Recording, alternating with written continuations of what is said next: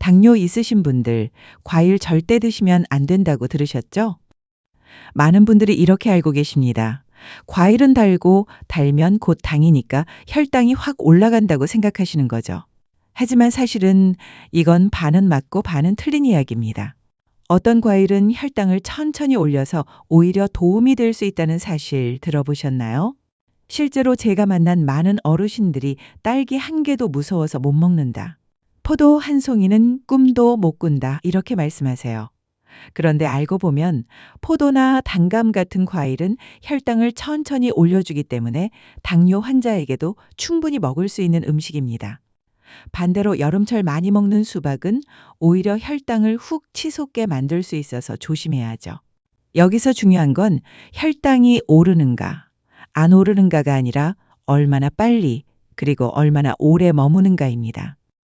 밥을 먹고 불이 활활 번지듯 혈당이 급하게 치솟는 건 위험하지만 은근하게 모닥불처럼 천천히 올라갔다가 사라지는 건 우리 몸이 충분히 감당할 수 있습니다.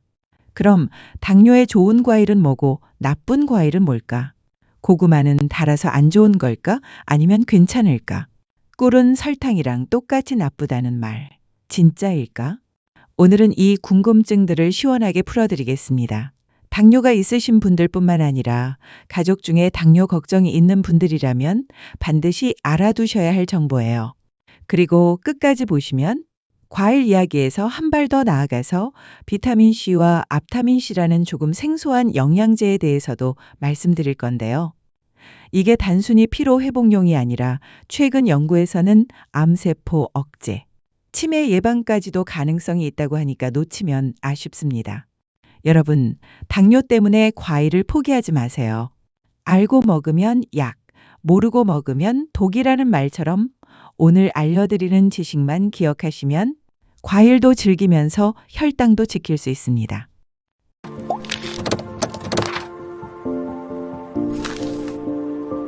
많은 분들이 당뇨를 단순히 혈당이 올라가는 병이라고 생각합니다. 그런데 사실은 조금 다릅니다. 혈당이 오르는 건 누구에게나 당연한 일입니다. 밥을 먹든 과일을 먹든 심지어 고기만 먹어도 혈당은 올라갑니다. 문제는 올라가는 게 아니라 올라간 상태가 얼마나 오래 머무는가 하는 겁니다. 이걸 쉽게 비유해 볼게요. 혈당이란 건 마치 택배 물건과 같습니다. 집집마다 빨리 배달해주면 문제가 없지만 물류창고에 택배가 쌓여서 몇 날 며칠 나가지 못하면 문제가 생기죠. 우리 몸도 마찬가지입니다. 당은 원래 세포에서 써야 하는 에너지인데 혈액 속에 오래 쌓이면 세포는 굶주리고 혈관은 막히고 몸은 점점 망가지는 겁니다. 그럼 왜 이런 일이 생길까요? 바로 인슐린 저항성 때문입니다. 인슐린은 마치 집집마다 택배문을 열어주는 열쇠 같은 역할을 합니다. 그런데 당뇨가 생기면 이 열쇠가 무뎌져서 문이 잘 안 열립니다. 그러니 택배, 즉 당이 혈액 속에 계속 떠돌게 되는 거죠. 여기에 또 하나 중요한 개념이 있습니다. 바로 혈당 스파이크입니다. 이건 밥이나 음식을 먹은 직후 혈당이 갑자기 치솟는 현상을 말해요. 마치 불길이 갑자기 번져서 소방관이 감당 못하는 상황과 비슷하죠. 이런 급격한 변동이 반복되면 인슐린은 점점 지쳐서 제 역할을 못하게 되고 결국 당뇨병으로 이어집니다.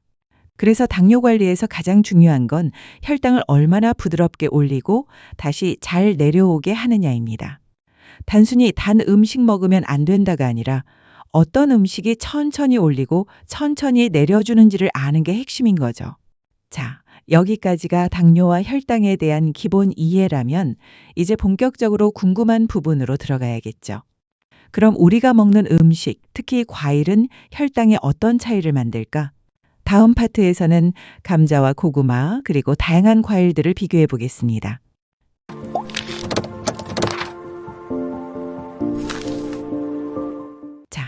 이제 본격적으로 음식 이야기를 해보겠습니다. 당뇨를 걱정하시는 분들이 제일 먼저 묻는 게 무엇을 먹어야 하느냐죠. 사실 정답은 단순합니다. 혈당을 천천히 올려주는 음식을 선택하는 겁니다. 그런데 이게 말처럼 쉽지 않은 이유가 있습니다. 우리가 흔히 알고 있는 단맛과 혈당 상승 속도가 꼭 일치하지 않기 때문입니다. 먼저 감자와 고구마를 비교해 보겠습니다. 많은 분들이 고구마가 달아서 당에 안 좋다고 생각하시는데 의외로 그렇지 않습니다. 감자는 섬유질이 거의 없어서 먹는 즉시 혈당이 확 올라갑니다. 마치 기름을 부은 불길이 번쩍 치솟듯이 혈당이 치솟는 거죠. 반면 고구마는 단맛은 강해도 섬유질이 많아서 당이 서서히 흡수됩니다. 마치 장작불처럼 은근하게 오랫동안 타오르는 것과 비슷합니다. 그래서 당뇨를 걱정하신다면 감자보다는 고구마가 더 안전한 선택이 될 수 있습니다. 하지만 여기서 한 가지를 더 생각해야 합니다. 바로 칼로리입니다. 감자는 100g에 약 68kcal인데 고구마는 같은 양의 약 128kcal입니다. 2배 가까이 차이가 나는 거죠. 그래서 혈당만 놓고 보면 고구마가 더 낫지만 체중 관리가 필요한 분이라면 감자가 더 나을 수도 있습니다. 결국 중요한 건 나는 당뇨 관리가 우선인가? 체중 관리가 우선인가 하는 점입니다. 음식에도 전략이 필요한 셈이죠.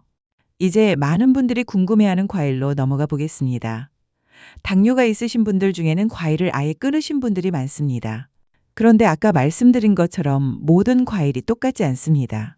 어떤 과일은 혈당을 급격히 올리고 어떤 과일은 천천히 올립니다. 차이를 아는 게 중요합니다. 먼저 수박입니다. 여름철에 흔히 먹는 과일이지만 당뇨 환자에게는 조심해야 할 대표적인 과일입니다. 수박은 대부분의 당이 포도당으로 이루어져 있어서 혈당을 급격히 치솟게 만듭니다. 한 조각만 먹어도 혈당이 불길처럼 올라가기 때문에 당뇨가 있으시다면 수박은 적게 드시거나 피하는 게 좋습니다. 반대로 포도와 단감은 당이 대부분 과당으로 이루어져 있습니다.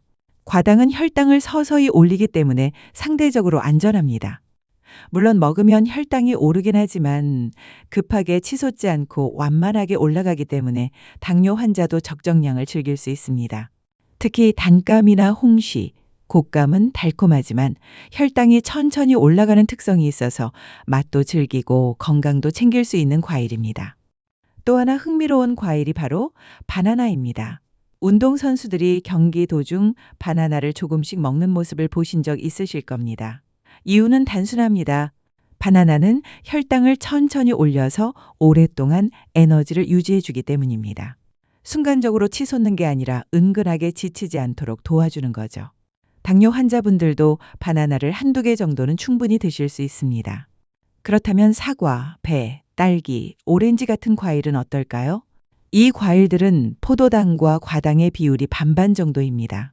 그래서 혈당이 오르긴 하지만 수박처럼 확 치솟지도 않고 포도나 바나나처럼 완만하지도 않습니다. 적정량, 즉 사과나 배는 한두 조각, 딸기는 한 줌 정도라면 당뇨 환자도 크게 문제없이 드실 수 있습니다. 여기서 꼭 짚고 넘어가야 할 게 있습니다. 꿀과 설탕의 차이입니다. 꿀은 몸에 좋다. 설탕은 나쁘다. 이렇게 단순하게 생각하기 쉽지만 사실은 조금 다릅니다. 성분만 놓고 보면 꿀이나 설탕이나 비슷합니다. 하지만 꿀에는 미네랄이 포함되어 있고 수분도 많아서 혈당이 오르는 속도가 설탕보다 느립니다. 즉 같은 당이라도 꿀은 좀 더 부드럽게 올라가고 설탕은 빠르게 치솟는 거죠. 그래서 단맛이 필요하다면 설탕보다는 꿀이 조금 더 안전한 선택입니다. 정리해보면 당뇨 환자가 과일을 먹을 때 가장 중요한 건 혈당을 얼마나 빨리 올리느냐입니다. 수박처럼 급격히 올리는 과일은 조심하고 포도, 단감, 바나나처럼 서서히 올리는 과일은 적당히 즐기셔도 됩니다. 사과, 배, 딸기, 오렌지 같은 과일도 한두 조각은 괜찮습니다. 중요한 건 양을 조절하면서 꾸준히 먹는 습관을 가지는 거예요. 여러분, 당뇨 때문에 과일을 아예 끊으실 필요는 없습니다. 어떤 과일을 어떻게 먹느냐가 건강을 지키는 핵심입니다. 그리고 여기서 한 걸음 더 나아가면 음식뿐 아니라 우리가 챙길 수 있는 영양제도 있습니다. 특히 많은 연구가 이루어지고 있는 비타민C와 앞타민C에 대해 알아두시면 건강관리에 큰 도움이 됩니다. 자, 이제 음식 이야기는 어느 정도 정리가 됐습니다. 그런데 여기서 끝이 아닙니다. 우리가 매일 먹는 밥상만큼이나 중요한 게 바로 영양제입니다. 특히 요즘 많이들 드시는 비타민C, 그리고 생소할 수 있는 앞타민C라는 성분에 대해 알려드리겠습니다. 먼저 비타민C부터 살펴볼까요? 많은 분들이 비타민 C를 단순히 피로 회복제나 피부 미용에 좋다고만 알고 계십니다. 그런데 연구에 따르면 비타민 C는 우리 몸에서 훨씬 더 중요한 역할을 합니다. 마치 집안 청소부가 매일 먼지를 치우듯이 비타민 C는 몸속에서 생기는 활성산소라는 해로운 찌꺼기를 정리해 줍니다. 활성산소는 세포를 공격하고 노화를 촉진하며 암 같은 질환의 씨앗이 되기도 합니다. 그래서 비타민 C는 단순한 영양제가 아니라 몸속 청소부이자 수호자 같은 존재라고 할 수 있습니다. 여기서 더 놀라운 사실은 고용량의 비타민 C가 단순한 항산화제를 넘어 암세포를 억제하는 효과까지 보인다는 점입니다. 연구에서는 비타민 C가 암세포 주변에서 과산화수소라는 물질을 만들어내 암세포를 직접 공격한다고 밝혀졌습니다. 게다가 정상세포는 거의 해치지 않으니 마치 적군만 골라서 공격하는 특수부대 같은 역할을 하는 거죠. 그래서 일부 병원에서는 고용량 비타민C 주사를 보조 치료로 활용하기도 합니다. 그렇다면 비타민C를 어떻게 먹어야 할까요? 중요한 건 조금씩 자주입니다. 예를 들어 하루에 6,000mg을 먹는다면 한 번에 다 먹는 게 아니라 식사할 때마다 2,000mg씩 3번 나눠서 먹는 게 좋습니다. 왜냐하면 비타민C는 우리 몸에서 금방 소모되고 6시간 정도 지나면 효과가 줄어들기 때문입니다. 마치 배터리를 충전해도 금방 닳듯이 자주 보충해줘야 안정적으로 유지할 수 있습니다. 또 하나 흥미로운 점은 흡수되지 않고 대장까지 내려간 비타민C가 대장균 환경을 바꿔준다는 겁니다. 나쁜 균이 줄고 좋은 균이 늘어나면서 대장 건강이 좋아지고 변비나 설사 같은 문제도 개선될 수 있습니다. 그러니까 많이 먹어서 소변으로 빠져나간다고 아까워할 필요가 없습니다. 우리 몸은 비타민C를 버리는 게 아니라 필요한 곳에 다 쓰고 있는 셈입니다. 이제 앞타민C 이야기를 해보겠습니다. 이름이 생소하시죠? 앞타민C는 비타민C와 결합할 수 있는 특수한 물질인데 연구 결과에 따르면 비타민C의 효과를 배가시키는 역할을 합니다. 비타민C 혼자 일할 때보다 앞타민C와 함께 있을 때 암세포 억제 효과가 훨씬 강해졌다는 보고가 있습니다. 쉽게 말해 혼자 일하는 청소부보다는 둘이 짝을 이루어 협동할 때 훨씬 깨끗하게 청소할 수 있는 것과 같습니다. 앞타민C는 단순히 암 억제뿐 아니라 치매와 파킨슨병 같은 뇌질환 예방에도 도움이 될 수 있다는 결과가 있습니다. 비타민C가 원래 신경세포 보호에 관여하는데 앞타민C가 들어가면 그 효과가 더 커진다는 거죠. 그래서 연구자들은 비타민C와 앞타민C를 함께 섭취했을 때 뇌 건강까지 지킬 수 있다고 보고 있습니다. 흥미로운 사례도 있습니다. 불임으로 고생하던 젊은 남성이 앞타민C와 비타민C를 함께 복용한 후 정자수와 운동성이 회복되면서 자연 임신이 가능해졌다는 보고도 있고 탈모가 심했던 사람이 머리카락이 다시 자라난 경험도 있습니다. 물론 아직 연구가 진행 중인 부분이지만 가능성을 보여주는 사례들이 계속 나오고 있습니다. 정리하자면 비타민C는 우리 몸을 지키는 기본 수호자이고 앞타민C는 그 수호자를 도와주는 든든한 조력자라고 할 수 있습니다. 비타민C를 충분히 섭취하면서 앞타민C를 함께 복용하면 암 예방, 뇌 건강, 면역력 강화까지 폭넓은 효과를 기대할 수 있다는 거죠. 여러분, 중요한 건 앞타민C를 따로 먹는 게 아니라 반드시 비타민C와 함께해야 효과가 극대화된다는 점입니다. 단독으로는 큰 의미가 없고 둘이 손을 잡아야 힘을 발휘합니다. 마치 자동차에 연료만 있고 시동이 없으면 못 달리듯 비타민C와 앞타민C는 함께할 때 제대로 작동합니다. 오늘 말씀드린 내용을 정리해 보겠습니다. 당뇨가 있다고 해서 과일을 무조건 피할 필요는 없습니다. 중요한 건 어떤 과일을 먹느냐, 그리고 얼마나 먹느냐입니다. 수박처럼 혈당을 급격히 올리는 과일은 주의해야 하지만 포도나 단감, 바나나처럼 혈당을 천천히 올려주는 과일은 적정량 즐기셔도 괜찮습니다. 사과, 배, 딸기 같은 과일도 한두 조각 정도는 큰 문제가 되지 않습니다. 결국 핵심은 혈당이 얼마나 빨리, 얼마나 오래 머무는가를 이해하고 선택하는 것입니다. 또 하나, 비타민C는 단순히 감기 예방용이 아닙니다. 우리 몸속에서 청소부처럼 활성산소를 제거하고 면역을 지켜주는 중요한 역할을 합니다. 특히 충분한 양을 자주 섭취하면 대장 건강부터 면역력, 심지어 암 억제까지 기대할 수 있습니다. 여기에 앞타민C까지 함께하면 그 효과가 배가 되니 건강관리에 큰 도움이 될 수 있겠죠. 여러분은 오늘 들으신 과일 이야기 중에서 이건 다시 먹어도 되겠구나 하고 느끼신 게 있으신가요?